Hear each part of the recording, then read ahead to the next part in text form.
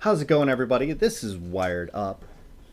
We are broadcasting live from the ruins of the industrial nexus, the former industrial nexus, of the country, Flint, Michigan. And boy, do we have a very Flint story today. As many of you know, currently, General Motors strikes. General Motors workers are striking around the country. The two main areas where they're striking is there's a plant in Texas and there's a number of plants in Flint still.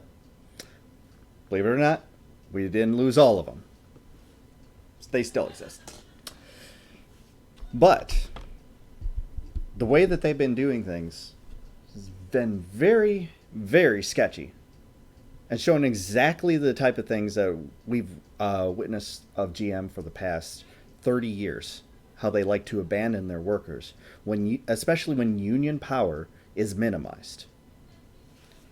For example, the new trick that they've been doing for the past few years, and I've had friends who've experienced this themselves, is to hire temporary workers at a way lower wage, work them to death for anywhere from 3 months to, I've heard, 3 years, fire them, give them no benefits when they're working, rehire them later when they need more of their labor at the same rate with no seniority. Their seniority starts over. Cool stuff. How's it going? That's amazing. Good to see you. Cool stuff from some cool people who totally didn't abandon the city from which they were birthed. But that, of course, is only the start of it.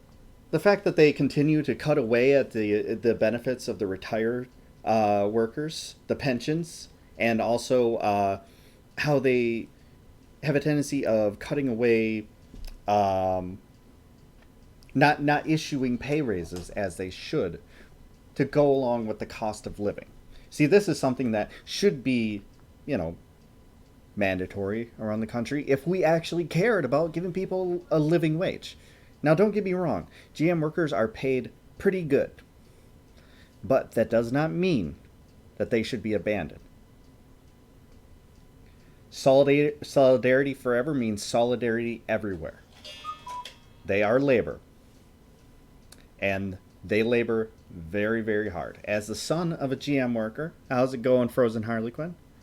As a son of a GM worker, as someone who's witnessed those ordeals myself and who's also lived through 2 strikes in the time that I was growing up, I can tell you, this is worth it. This is meant to be, that labor can win, is basically what I'm saying.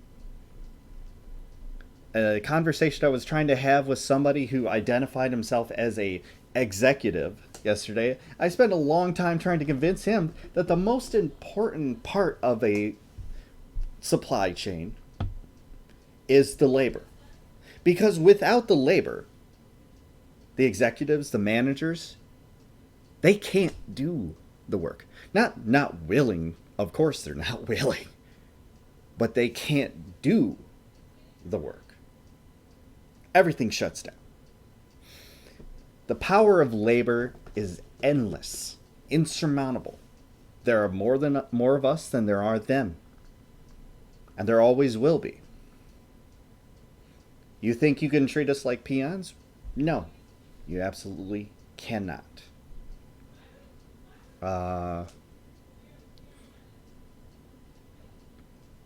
Yes, I was actually going to get into that. So, one of the let's get into some of the interesting things that GM is doing further to make it even more unbearable for the workers. For example, during the time that they're working, they are only paid $250 a week, actually, not $275. My local news, for some reason, reported that they get $250 a day. Now, I posted that on Twitter. I should probably pull up that Twitter thread. Kind of go through these one by one, because, my God, I'm very much not happy with how our local press has been doing this.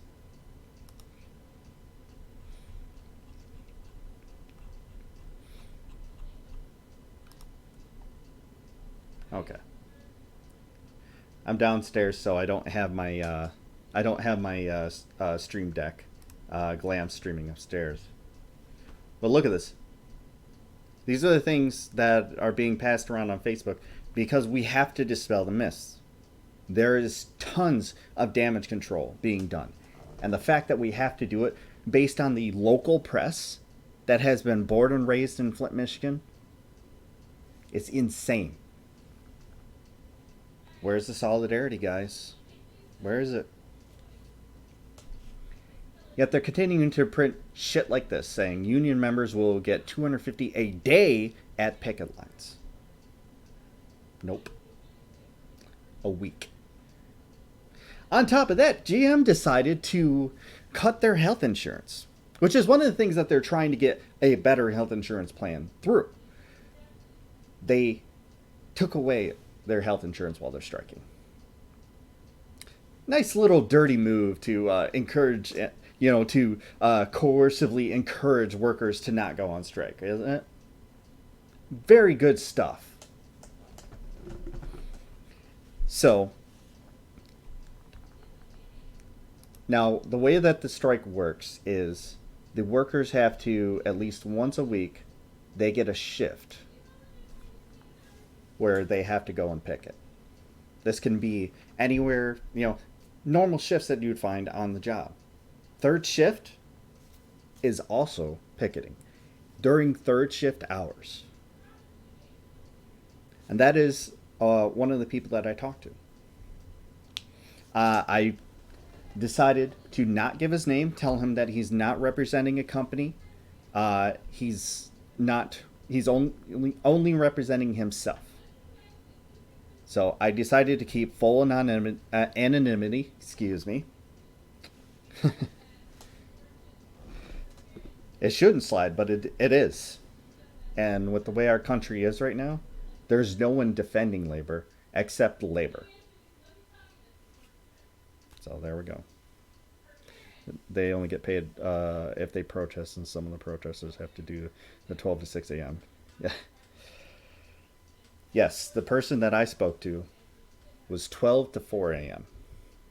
And he's got his bit tonight. So we're going to go through the things I asked him. I kept it pretty general starting out. I really appreciate his participation in explaining everything to me. He was very patient. He said he wouldn't be able to come on the stream. I tried to get another person, but they never got back to me. They were probably picketing, to be honest with you.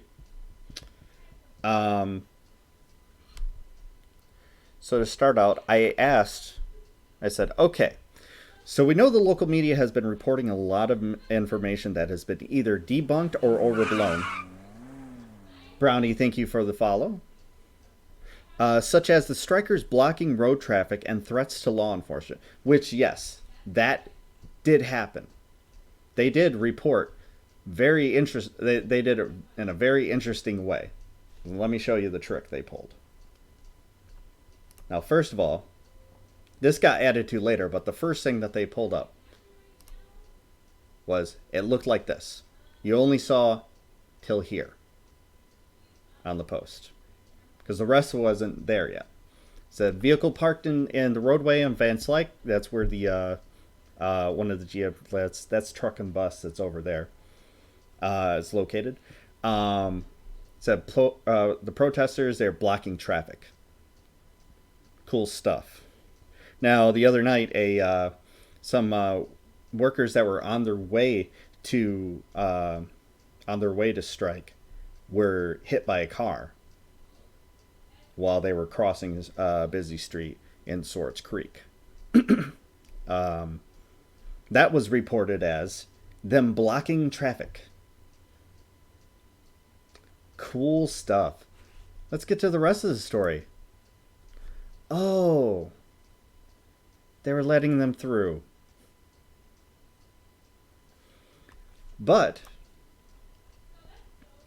the other instances that are going on They were trying to block delivery trucks, essentially scabs, who were trying to deliver supplies for the company to continue working. Now, there has been a lot of talks about them going behind the workers' backs and hiring scabs. If you're one of these people, don't do it. Do not do it. So I understand the need for money. I understand that we're all hurting in our own ways. They're hurting too. They're choosing to hurt for the betterment of everybody, for the empowerment of labor. And that is far more important than you being able to not eat ramen 1 week. I understand the struggle. Just wait. And chances are you'll get a better position. And also a permanent position. How about that? So that's what's going on there. Back to the interview. For how I set it up, I asked him the first question just to kind of set everything up. I said, how is the mood on the picket line? So right now we're feeling a renewed sense of unity. Most of my brothers and sisters I'm going to leave that out, have never seen a strike. We have never really seen the union in action until now. It's a great feeling. So that's very good to hear. I said, awesome. Is there any sense of length of the strike, or is everyone trying to just go day by day? And he said both sides really seem to be digging their heels this time around. I'm sorry. I hate Messenger. We obviously hope the strike is short-lived, but it's looking like finding common ground is going to be a process. That is in the back of all of our minds. Some of us have some money saved for this type of situation, but we never really know how long the strike will go on. Some sort of side job seems like it might be an inevitability at this point. You would have to be crazy not to be a little worried. So I asked him, of course, are you allowed to do side jobs while showing up to the picket line? Said yes. We all have designated jobs, times, and shifts. Most of us picket, of course. My designated time, I'm not going to say the day, but midnight till 4 a.m. I can picket all I want aside from that, but that is the shift I get paid for. Other than that, my time is mine to do as I please. I said, that's good. That's a late night, but when you showed up, did you hear any local support, radio silence, or any negative comments? He says, if Messenger would stop trying to get me to react. I accidentally sent an angry react. Cool stuff. This app is absolute and utter bullshit.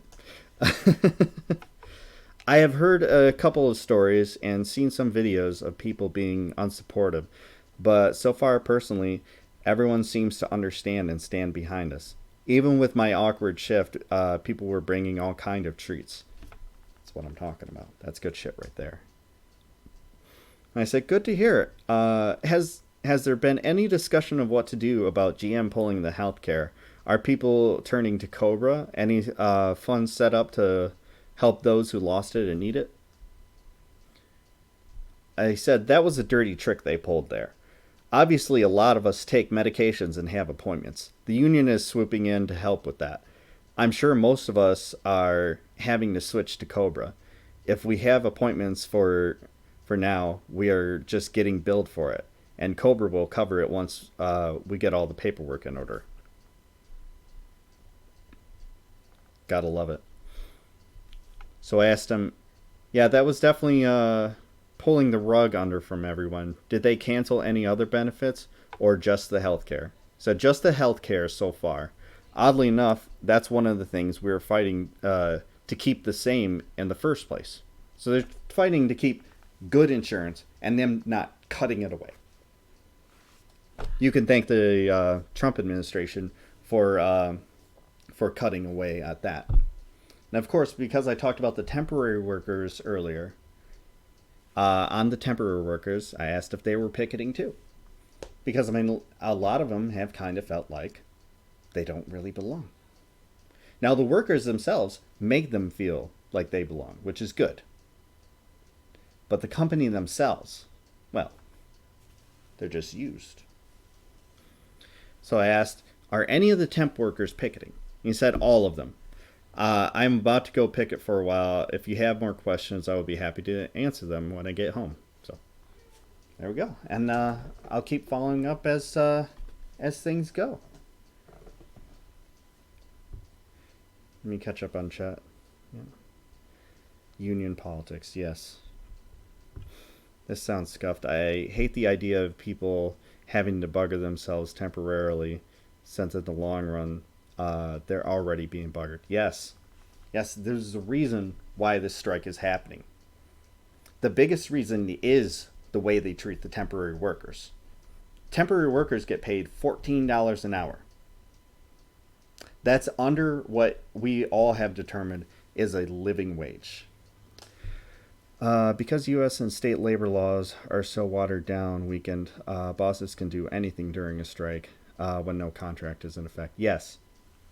A lot of us in Flint have been encouraging people to not scab out. As I showed earlier, the workers were blocking trucks who were trying to bring supplies into the factories, basically telling them to turn around, not allowing them to enter. And that's key. Don't scab out. Do not be a scab. It's not worth it. Funky Sons, an injury to one is an injury to all. Solidarity. Yes, solidarity. Solidarity forever. Solidarity for everyone. This is hella important. Especially in a city like Flint, where we still do have a large number of these jobs. Now, they're no longer our main industry. Of course they're not. But there's still enough plants here and enough employees here that work for these companies and the subsidiaries that this matters. If you care about your own job and you want your own job to treat you better, it all starts with rallying around the people who are doing this. Let's see what else I can... Yeah, and I called in earlier. Oh, this is a beautiful thing. So, while this is all going on, Flint is, of course, in a boil advisory. A constant thing for us. This is the second in 2 months, and before that, the one prior to that was like 3 months before that. It's pretty cool stuff living here. Mark, I found you because you called in to Sam Cedar this morning. Thank you for letting us know what's going on. I'm asking. Awesome. I'm glad to hear it. Yeah, I, obviously self-promotion is a good thing that I need to get better at doing. But I did want people to know what was going on. And being so close to where the action is, I feel it necessary to go and find out myself. I think one of these days, if I can find the time and make it work, I might go out and do a live stream from one of the strikes and kind of ask people on the ground, kind of do like I'm not a journalist. I recognize that, but that doesn't mean I can't do investigative journalism. I can't go out there and talk to people. I can pose as that. Why the fuck not? Get the reality of the situation. What bothers me a lot is a lot of the reaction from even Flint citizens, people who have built their lives off of union work. It's gone back and forth to the point where, yes, they've had to issue. Thank you, Hugh. Thanks for coming in. Sorry the media is spreading that lie that the strikers are receiving Yes. I know that's per week, so damn. Yes. I couldn't believe it was our local news. Oh, I mean, there is a couple Sinclair broadcasting stations, but this wasn't one of them. It's crazy. Solidarity for everyone is important. But to read this is one of the things that they had to release for damage control. Just a little bit of information for the general public about us, General Motors employees and union members. We do not make $63 an hour. We do not make $90,000 a year. We are not lazy. We do not sit on our asses and drink beers on our shifts at work. We are not crybabies. We do not make $250 a day while striking. We make $250 a week before taxes while we strike, in which we have to picket in order to receive. We pay union dues and money put into a strike fund out of our pockets for said strikes. We are striking a billion-dollar company who can afford to give us workers a better living, who can hire the temps that bust their asses every day like full-time employees. It's hard for me to read these media articles that spread lies about us, that make us out to be just lazy crybabies, and the hate that comes from the public along with it. We have a union, so we can fight for a better living. What more needs to be said? To be honest here, I really just can't believe some of the things that have come out of this. I'm I'm both very happy and also a little depressed about the response that they've received. It goes both ways. But ultimately, it seems like it's a net positive to the general public because we all recognize that we're all down in the shit pit. We're all there with them. We all need to be willing to strike. Thanks for the follow, Sin.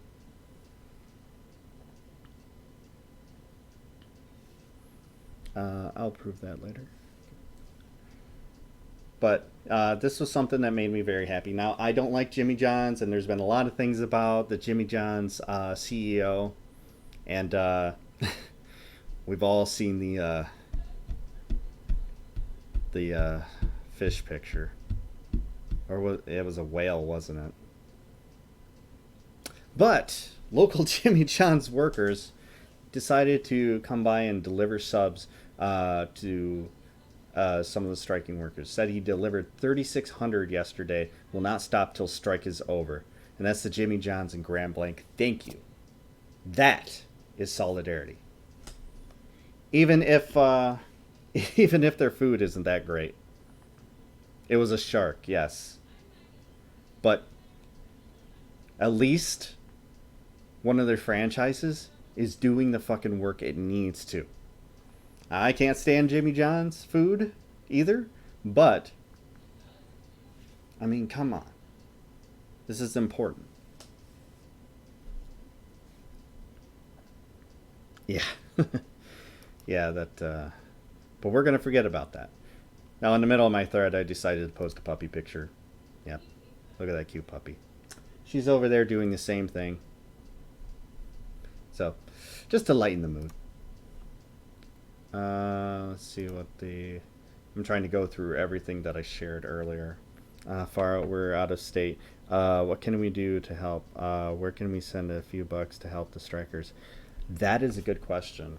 I was kind of hoping the person I talked to, when I asked them the question about the health insurance, I was kind of directing him to tell me a bit about a GoFundMe that could be set up. So I'm not entirely sure. I would have to do some poking around. I'm gonna send him a message about that and see if we can get something going there.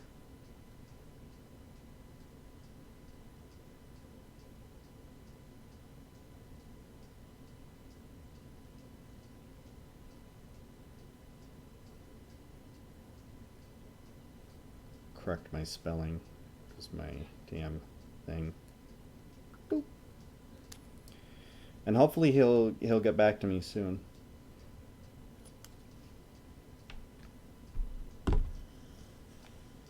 But to read this, because I know it's really small on the screen, says it's from Enrico Monroe. Caution. Good afternoon to the great people of the USA. It has been brought to my attention that GM CEO, I remember what this is, Mary Barra, has authorized hiring scabs at Arlington, Texas, and Flint, Michigan to replace the UAW members that are on strike at these locations. I would suggest that you don't buy any of these vehicles that are built by these replacement workers. There will not be anyone qualified to train them on the jobs. I can almost promise you that GM will end up with a recall if they move forward with hiring replacement workers. Double caution. Would you want to spend your hard-earned money on a vehicle that has a high chance of being recalled? We all remember the deaths from the ignition switches in the Cobalts. As an owner of one of those vehicles, we took care of that pretty early on.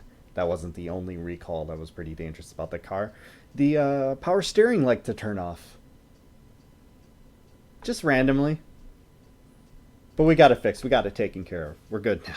But at the time, we were shitting bricks. We got it fixed for free because that was a part of a recall. You know, at least there's that. Triple caution. Protect your family members. Do not buy any GM product that was built after September 15th, 2019. Through end of strike. Protect your family. No one else will. These are the type of things that GM finds worth doing.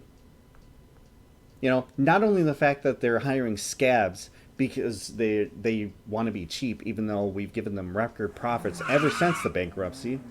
Thank you, work. Thank you for following. But, I mean, the fact that they're going to hire untrained workers, and who's going to train them?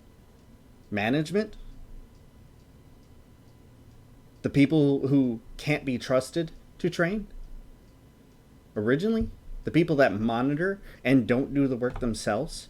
If they've ever done the work? Shop foremans? Because I do know those people are different than you. Some are. At least they used to be. For all I know, they're a part of it now. And they're striking.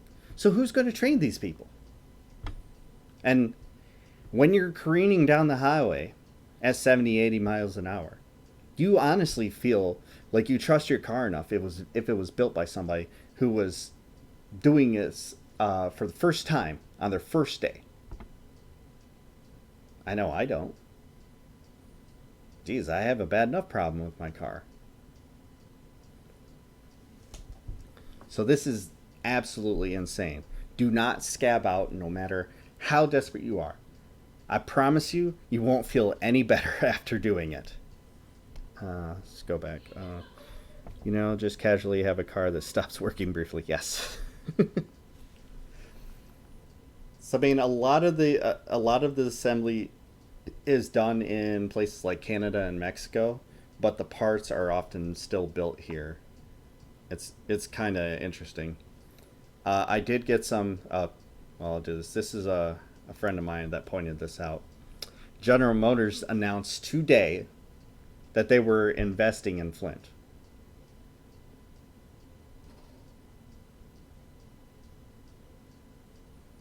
Not suspect at all. That's my buddy who he works for a state representative. It's a good dude. But we did get some good news to show you what we can achieve in these strikes. The Kroger workers in Michigan have gotten a raise and an increase in benefits because they striked. Is that the right word? Striked?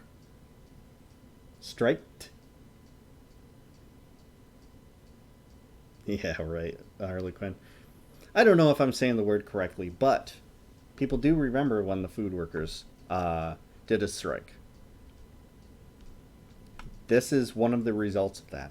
Kroger was definitely one of the places. And that's, again, I cannot stress this enough. This is hella important.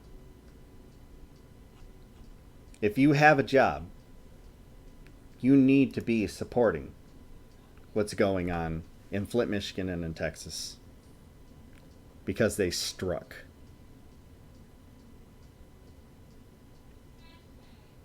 Could be. Sounds right. It feels better coming out of my mouth than what I just said. I'm over here sounding like an asshole. But again, I'm glad so many people have showed up um, to hear this. Um, it's crazy important, especially when a lot of these people still live in a city like Flint. Arlington, I know, is better off a better off city than what Flint is, but let's be honest here. There are poor people everywhere. There are people struggling everywhere, whether they work for a company that has a union, because labor has been suppressed so much, it doesn't matter. Thank you for the follow, Darside. Appreciate that. Yeah, I just couldn't remember the word. Whatever. At least I can laugh at myself. I forgot where I was going with this, but yes, especially in Flint, we need the help. But help needs to be given everywhere. And when I find out where you can send money, if you choose to, I'm not begging people for money. I'm not asking people to do anything except for support, even moral support. You know, hitting up your fellow union workers on Facebook or Twitter or anything and saying, "Hey, I support you. Solidarity forever." That's it. That's enough. But if you can and you want to, I will find out where you can send the money because they're going to need it. I honestly believe that because they're tying in the temporary workers into this, um, that it's going to make the strike longer. Um, my friend doesn't wasn't sure, but they're ready for the long haul. I think that's something that's going to come into play, though. So be ready. We're they're going to need this support. California UFCW grocery workers just settled and averted a strike, but I haven't heard details of the contract. That would have been Kroger's, Ralph's, and Vaughn's workers statewide in California. Okay. Yeah, we don't have any of those except for the Kroger. So that's good. And this is the beautiful thing.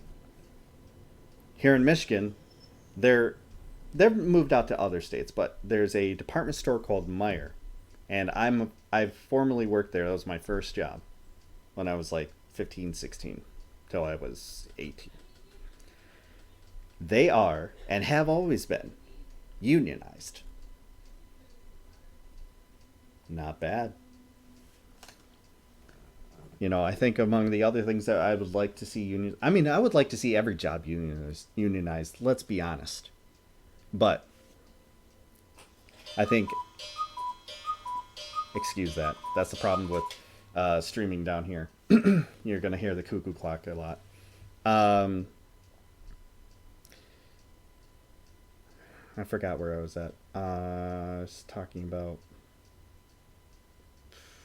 I hate it when that happens. Stupid cuckoo clock threw me off my track. Um,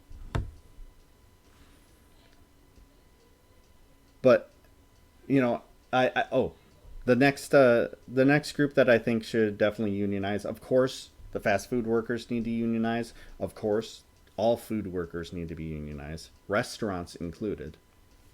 But also, having a history in medical workers need to be unionized. I've worked for one company that was unionized.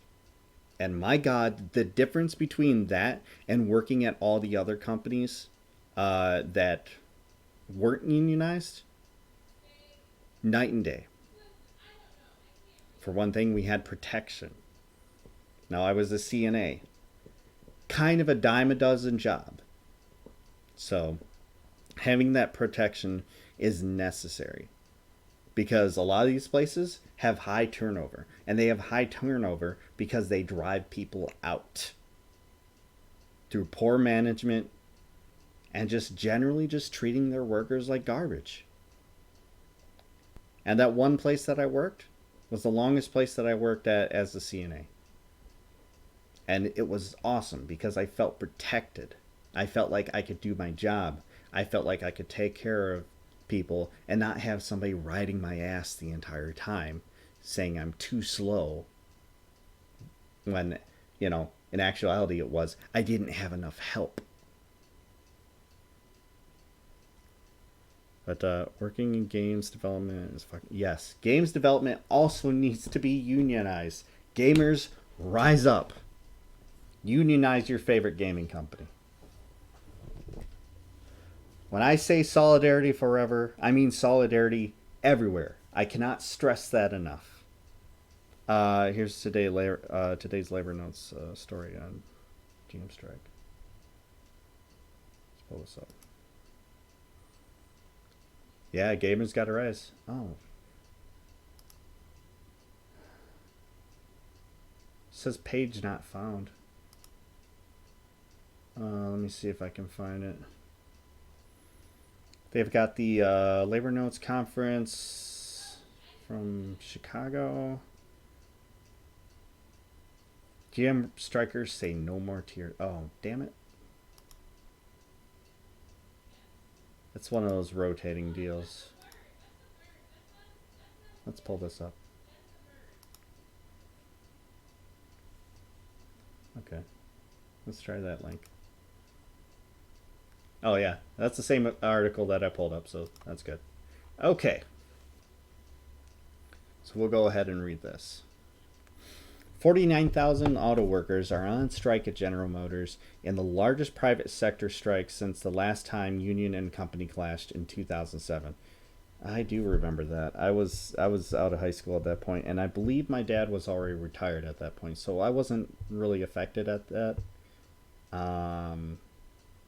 But my wife's father is he was a UAW representative for General Motors. So he was, heavily in the shit, working on the UAW side, negotiating with the company. So I got to hear a lot about what was going on there. He was also part of the crew that was trying to unionize the Volkswagen plant in Tennessee. So he kept having to get sent down to Tennessee around that time. That was pretty interesting. And of course, all that came out about the diesels and the lying, and it all fell to shit. Go figure. Production has stopped at 55 factories and parts centers. According to various analysts, the strike could cost GM $50 million to $100 million per day in profits. Before the strike, the company was expected to make $3.5 billion in this quarter alone. They're not hurting, folks. They are not hurting. Walking out was, quote-unquote, scary and uplifting at the same time, said Sean Edwards, a worker at GM's Detroit Hamtramck. It's pronounced Hamtramck for you non-Michigan people. Assembly plant with 3 years seniority. It's scary because we have lives to maintain, and we don't know how long we'll be out. We don't want it to be too long, but we do need to make a statement. And then, so Sean Edwards is a woman. Okay, sorry, I was confused. I thought they switched people. It's uplifting because we're making a stand, she said. We're not accepting concessions from a company posting billions of dollars of profit, and because we're all together.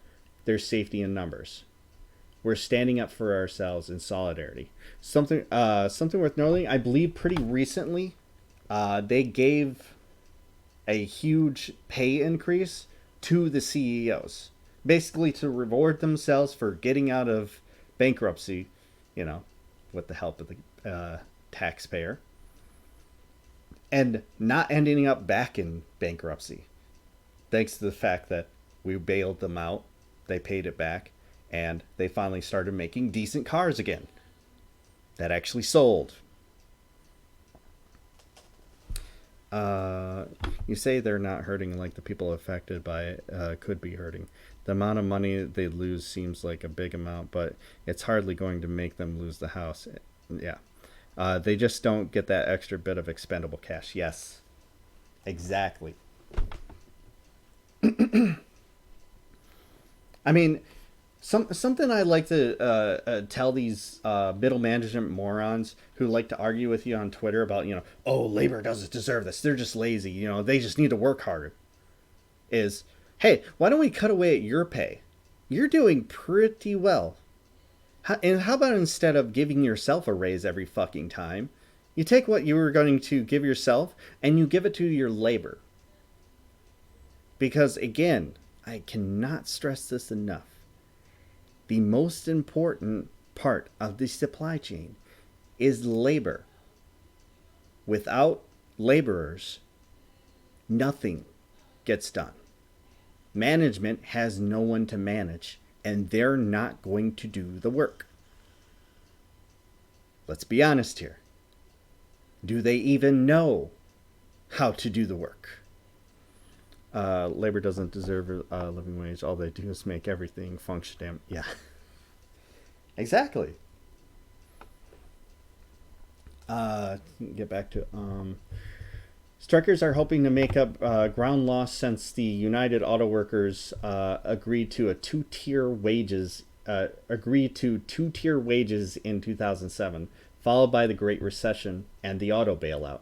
When GM got $50 billion from the taxpayers and even more concessions, the company has since rebounded, making $35 billion in profits over the past 3 years. GM paid no federal income taxes last year and gifted CEO Mary Barra $22 million.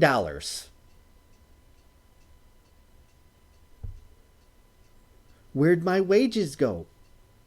Oh, we couldn't afford it. Because we gave ourselves a raise. Go fuck yourself. Yet union workers, whose contracts were once the lodestar of the private sector, continue to fall behind as GM fills its factories with low-paid temps, contractors, and subsidiary called GM Subsystems, all doing work once performed by regular GM employees. As one indication of the slippage in union numbers and power, when the UAW struck GM for 2 days in 2007, the workforce was half again as big at 74,000 as it is today.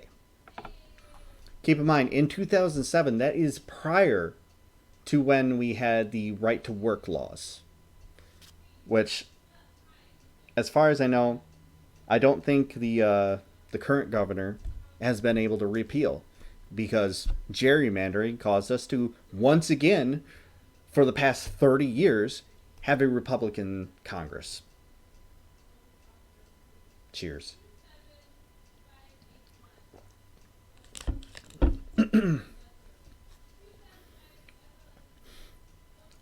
Not satisfied, GM is demanding more concessions from its overworked employees, a sign that the company sees the UAW as an easy foe.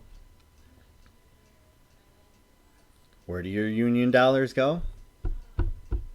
To make them stronger, make them worried, and they should be worried.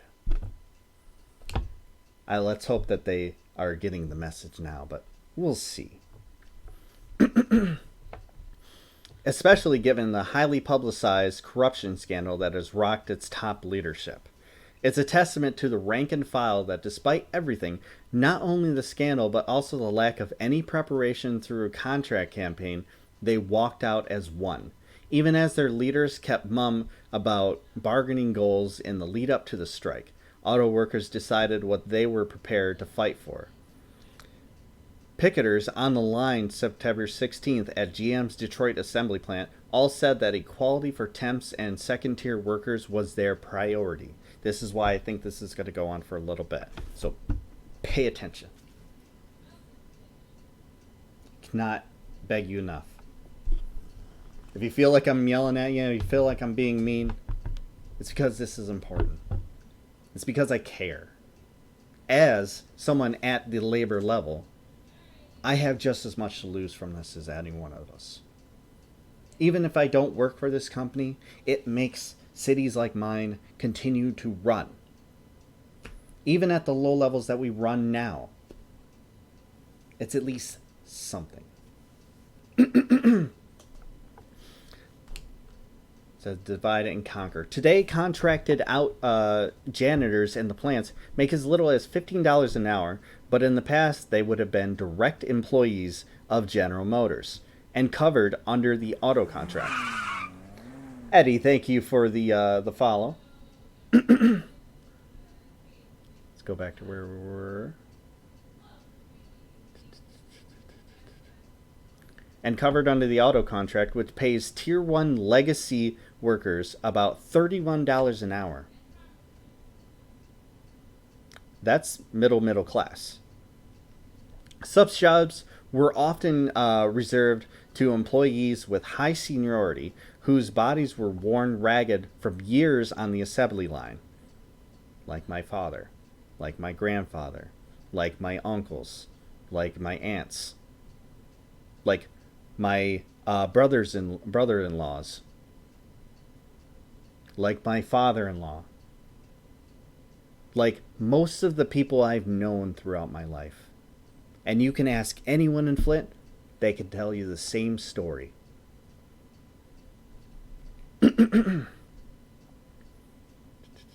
Today, most such jobs that GM considers ancillary, such as sequencing parts to feed the line, are done by contractors.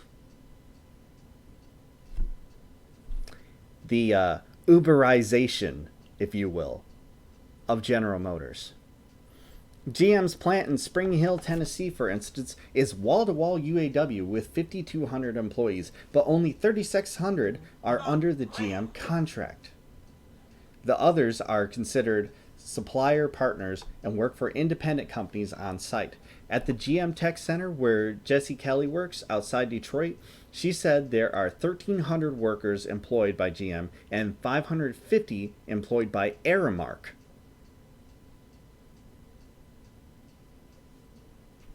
If anyone needs to remember,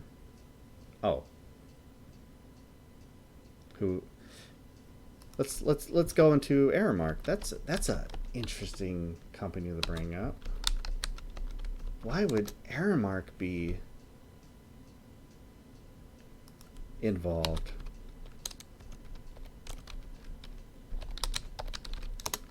And around 2007, that's pretty interesting.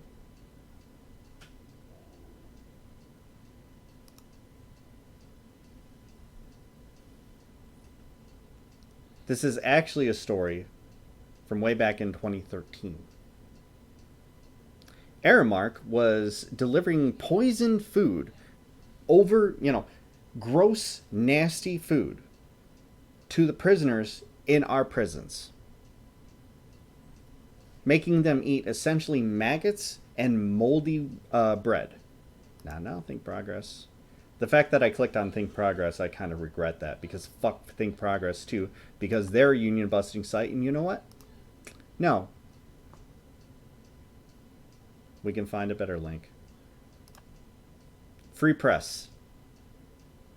There we go. Let's go ahead and play this video. Give you an idea of who Aramark is to Michigan residents.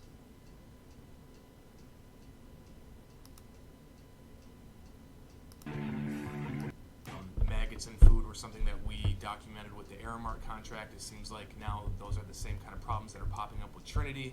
And we really just think that this privatization experiment in the state prisons has really been an utter failure.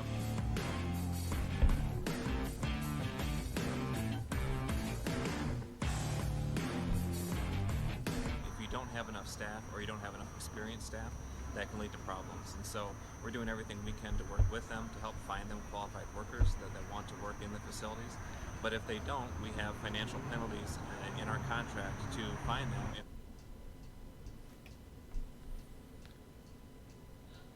So I found that interesting that Aramark was brought up in this as a subcontractor to basically cut away and make GM not responsible to the people that they have working for them. Cool stuff. Such a good company. And oh, by the way, who was it that led that charge? I believe that was Rick Snyder. Same guy who put people in place in my city and caused us to have poison water.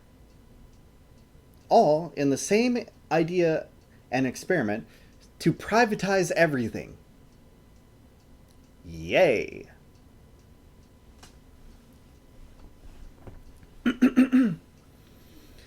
I've got the same bosses he had. Or let's go back to this. I'm sorry. I lost my place then. I just really thought that was interesting that Aramark was in there. Aramark doing both janitorial and skilled trades work. Oh my god. No, no, no. You did not mishear that. This is America. You know, I think I'm going to start making that a sound clip that I can use on stream. Oh, you haven't heard of Flint, Michigan? Oh, Harlequin, we'll talk about that sometime. We will definitely talk about that sometime. I avoid it because I don't want to seem like I'm one note, and everyone, because I am in Flint and because I am open on the internet, because I do these jobs that take me out of here. Even from when I was working as an Uber driver, everyone asked me about my water. So I try not to talk about it too much, but we will go over it again someday.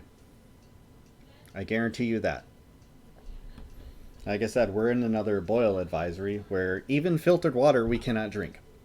So that's cool. I wish I would have known that before I took my medicine earlier.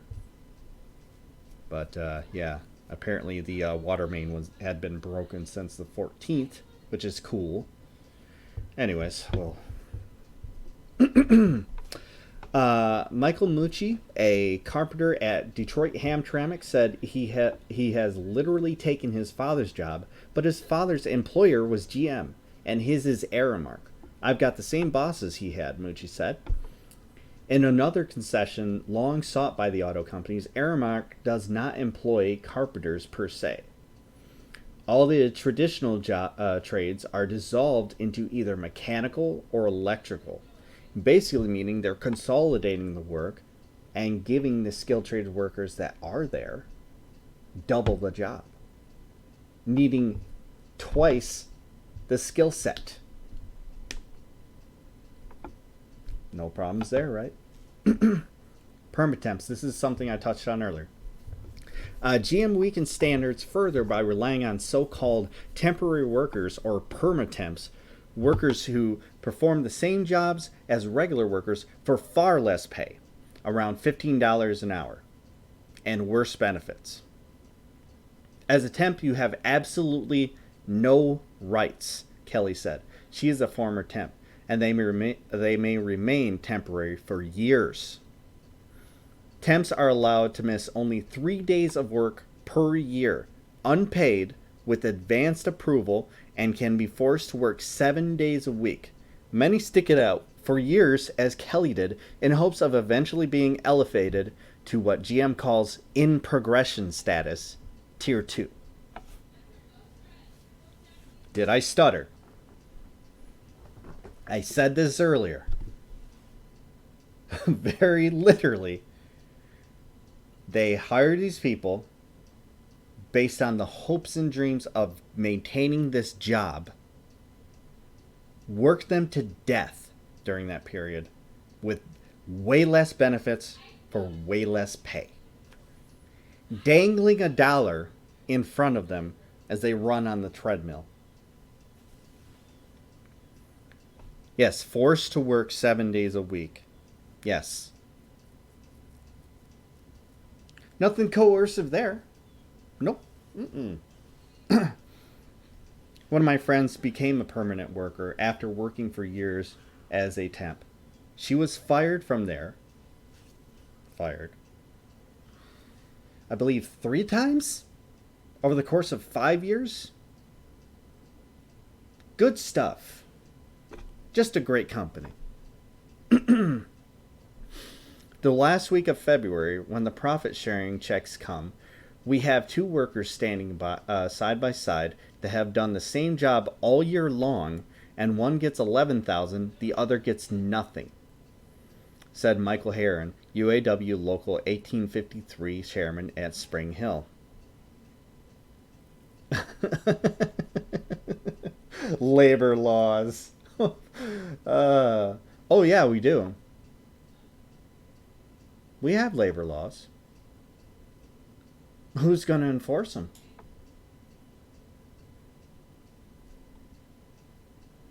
And there's the problem.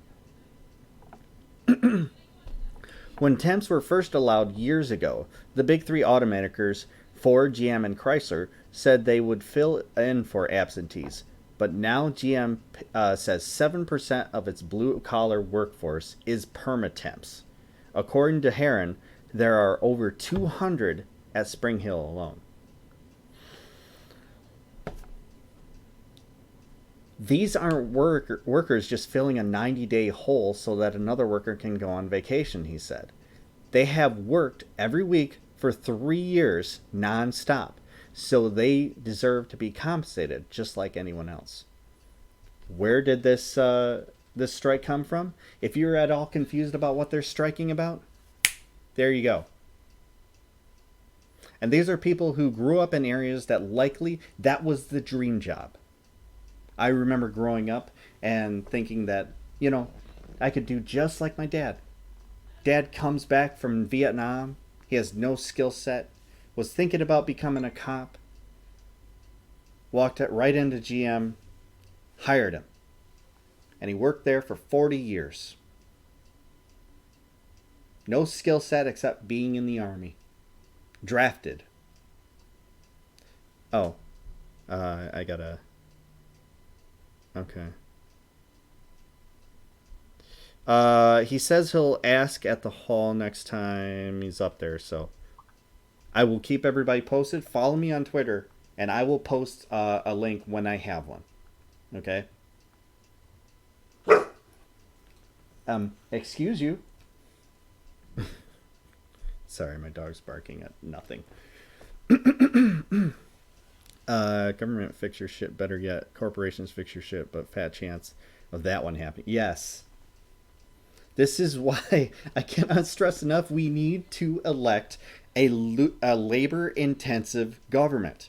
And there's only one candidate who's running for president who is pro-labor, who showed up to the teacher strikes, who sent food to the food workers strike.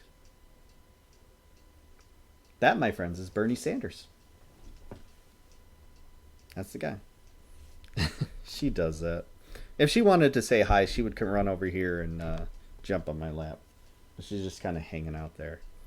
She knows Daddy's yelling, and she's just like, I'm just going to sleep through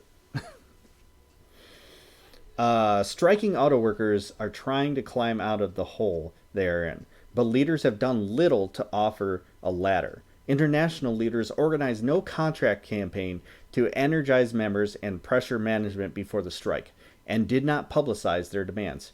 Picket signs say simply, UAW on strike. At the Detroit Hamtramck assembly line, a supporter was told not to carry his handmade solidarity sign. Only the official signs are welcome.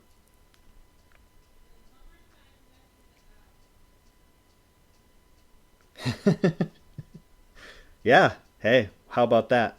I was glad to get in. I was saying stuff on Twitter to get in on MR, and I was happy to do it. It's all about solidarity. And finally, I got a call in that wasn't about the water crisis.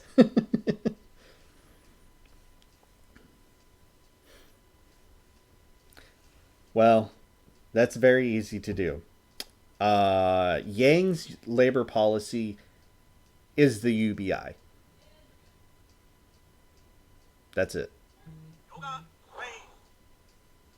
He says automation is coming, UBI. That's my only solution. That's the only thing I talk about. UBI. God, my shit is blowing up. touring news. Thank you for coming by. Maybe need some background behind if you'd like it visible, or could even consider dark mode. There's no dark mode on this website. I can't believe that about the signs. I definitely keep dark mode on the browser and on my phone, but yeah, this website is just what it is. I'm sorry. Believe me, I'm being blinded too. You can tell how bright it is. Downstairs, I use my TV, and I'm sitting close to it in order to have the green screen and everything packed in here. Okay, not a button was distributed in the plants. There was no survey of the membership, no rank and file contract action teams, no bargaining bulletins to keep members in the loop, no practice picketing, no turn down of overtime, no outreach to the public, no open bargaining, none of the tactics that have become common in many unions. As they have for decades, UAW officials played their cards close to the vest, with only management allowed a peek. Members knew what they read in the media, explained materials handler Sean Crawford at Flint Assembly. That was the nice thing about that my dad always appreciated about my father-in-law. They're longtime friends. They originally worked together. Actually, it was his wife, my mother-in-law, who worked with them in the plant. And he worked actually at a different plant and was able to get his doctorate and come back and become a UAW representative. My dad was privy to what was happening in the talks. All he had to do was call and ask. My dad always appreciated it and still appreciates it today. When they see each other. It was no wonder when they're all this time spent together that eventually their kids got together. Whatever. It worked out. So, yeah, this has been going on, but what was nice was my dad always had like an inside peek at everything that was going on as the negotiations happened. He couldn't say too much, but he could kind of guide him in what to expect. You know what I mean?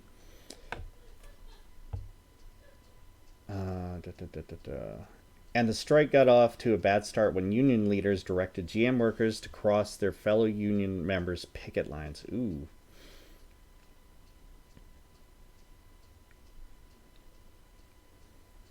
The union is definitely in shambles out here. All right, we'll see you later, man. I'll talk about the water crisis sometime, just for you, my bud. But have fun on Leon's stream. Tell him I said hi. The first thing I saw when opening Twitter today is the photos of those scabs driving through the picket line. Yeah, unions aren't a mess anymore, unfortunately. Yes, especially in Michigan, they have been hampered. The right to work laws have really hurt them. The Supreme Court decisions that say that you don't have to pay union dues even if you work a union job, and the union still has to represent you, has hurt them because it's caused so much misinformation about the unions and what they do. That people just inherently, they hear union and they think corruption, which is really fucking funny when you recognize what a multinational corporation is. It's intended to gut them. Yes, it is. My dad talks all the time about how much more powerful the unions used to be. Actually, before the 80s. You want to meet a man that hates Ronald Reagan? You meet my dad. Unfortunately, he's a Biden voter. When he votes, I have no idea anymore. God, I hope he drops that like a bad habit. About 850 Aramark janitors represented by the UAW at 5 GM plants in Michigan and Ohio had been working without a contract for over a year. They struck at 11:59 p.m. September 14th. the same time the big UAW contract expired. But GM employees were told to report to work without a contract, despite the pickets. After one more day of production, excuse me, for GM, their strike began 24 hours later. It was weird. And my grandpa was a union organizer, nothing but respect for him. Yes. I can't imagine a worse way to start a strike, said Crawford, who took a personal day to keep from crossing the line. The sit-downers would be rolling in their graves. Yes, they would. My grandfather, who recently passed, who I got that cuckoo clock from, he was a part of the sit-down strike. He worked his way up to being a shop foreman, but he was there.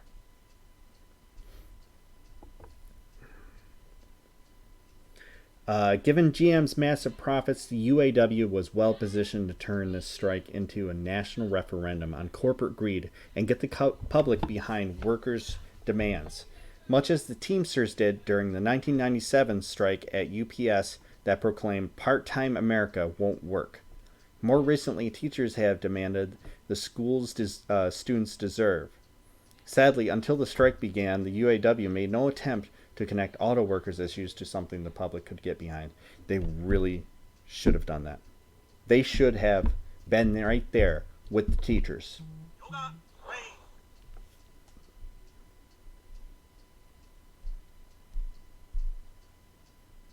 Just clearing some stuff out again.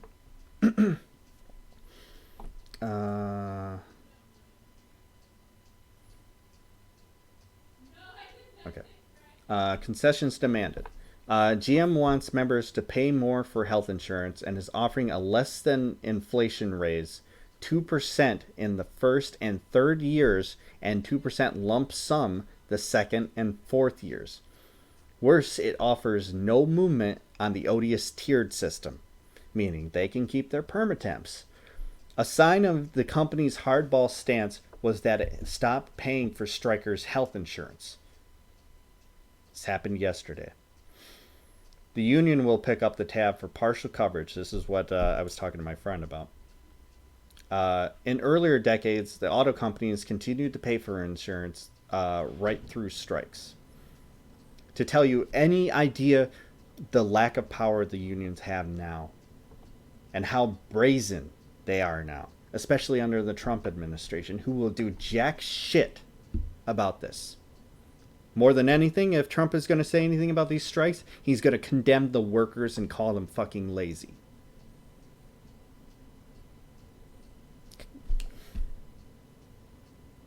Oh, what more needs to be said besides elections have consequences, people? A sign of the company's hardball stance was that... Oh, I already read that. Complicating the strike is the corruption scandal that has now reached the union's top levels. The houses of President Gary Jones and former President Dennis Williams were searched by the FBI August 28th.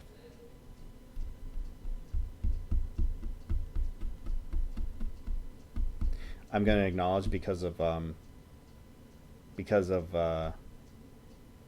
I told. I had forgotten about that. Because of what I told you about my father-in-law being a UAW representative. For his sake, I cannot speak on that. I'll say. I'll just read the article without any commentary. So, just to give you an idea of where I'm at. God damn it. God, I forgot about that. I feel like an asshole. We're just going to ignore that. Jones' top lieutenant before he became president, Vance Pearson, was charged with using union funds for personal luxuries, and it's widely believed that Jones and Williams will be next. They are cited as UAW official A and UAW official B in court documents. Pearson, who remains on the UAW executive board and reportedly attended bargaining after the contract expired, was the sixth UAW official to be recently charged with or convicted of graft. Another was a vice president, and a third, the top aide in the union's General Motors department. Crawford said said as the strike kicked off, "Yes, the UAW is corrupt. It's disgusting beyond belief, but this is not about them. It's about us. We can and will clean house, but we have a more immediate fight on our hands right now." Kelly, too, wanted to rally the troops against GM. If somebody in the union abused their power, their future is already set out for them. Ours is not. Ours is up in the air. All we can do is be there for each other, because if we lose sight, GM will win because we were focusing on the wrong fight right now. The extent that I will comment on that, though, is yes, that's where the focus needs to be. Like I said earlier, too many people in this country, they hear the word union and they think corruption. Regardless to whatever corruption might happen, which happens at all levels in any organization. Weed it out, guys, first of all. Second of all, the fact that it does more good than harm means you should still support it.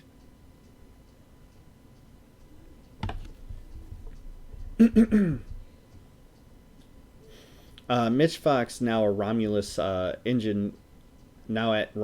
Engine near Detroit, his third GM plant after numerous shutdowns and layoffs, thinks his officers disrepute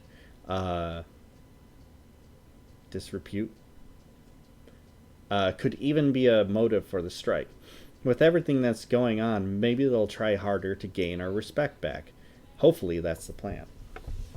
And corruption can always be dealt with within the union, like it's held accountable and doesn't exist in a power bubble. Yes. And keep in mind that the majority of the time that these people were getting away with it, it's while the unions were being undermined, while they were being weakened. Is it any wonder that the corruption was allowed to happen when they basically got, well, for lack of a better term, privatized?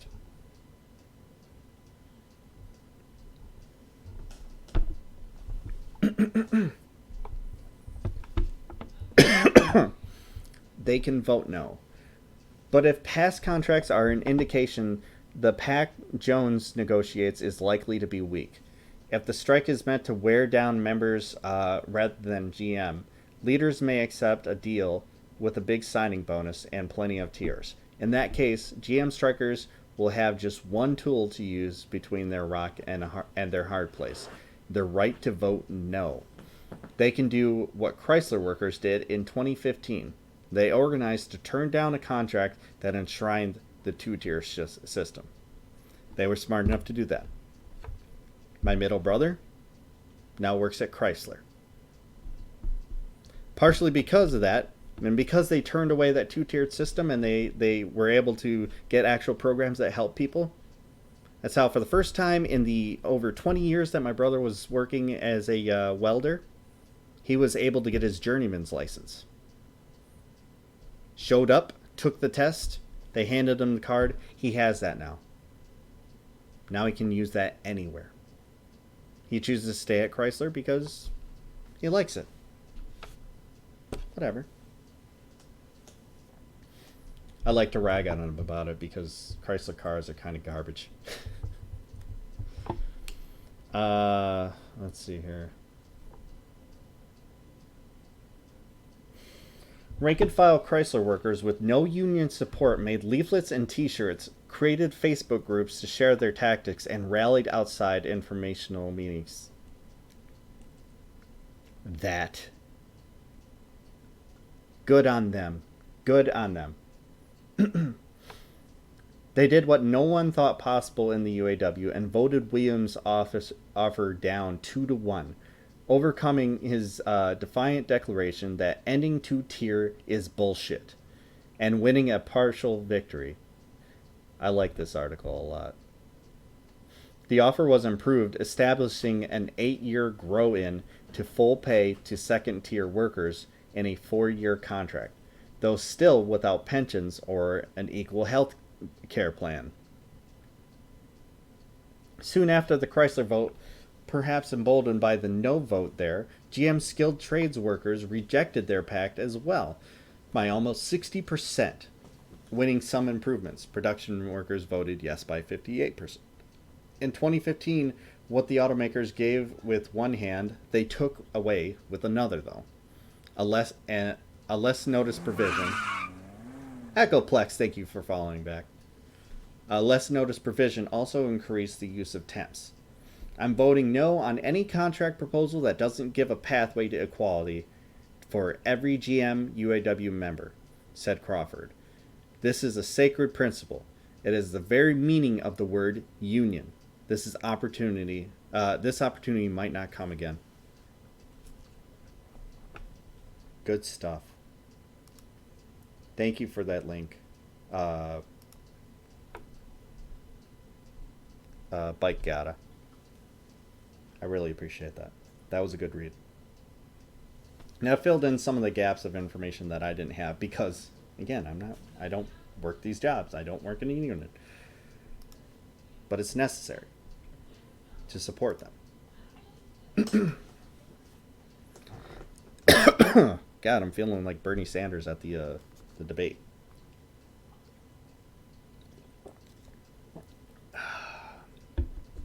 Shit's dry.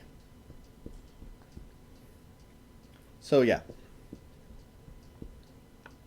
I cannot stress this enough. And I know I've stressed it a lot, but everyone needs to hear this. None of us are millionaires. I guarantee it. All of us are labor.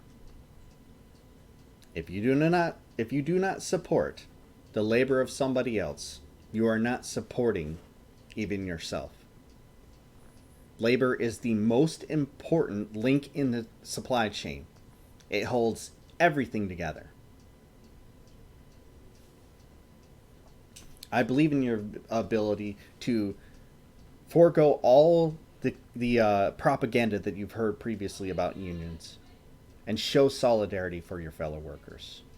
I don't care what you heard. I don't care that you once knew a guy who knew a guy who knew a guy that said that they witnessed, oh, they just sit around and do drugs all day.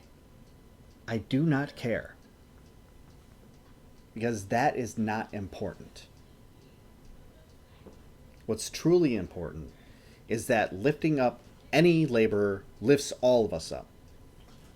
A rising tide lifts up all ships, right? So why not? Why not get behind the movement and why not even join them in whatever industry you're in? We all take the hit, and yes, it fucking sucks. It hurts. It's coercive as fuck. There's nothing more coercive to people than poverty, starvation, losing your house. I get that. We're all there. How we ended up in the shitty position that we're in now, it started with the very second we looked at unions and said that they can go fuck themselves. It started with us not recognizing that that union, no matter what happened in leadership, was fucking us. We were the union. We were the labor grouped together to make these decisions. Who we elect to leadership? Well, obviously, do better in studying them. Do better in vetting them. But the failures that we've allowed to happen in this country to unions is our fault. And we need to rectify that. And we can rectify that. There is a shitload more of us than there are them. And that, I think, seals up the Wired Up segment.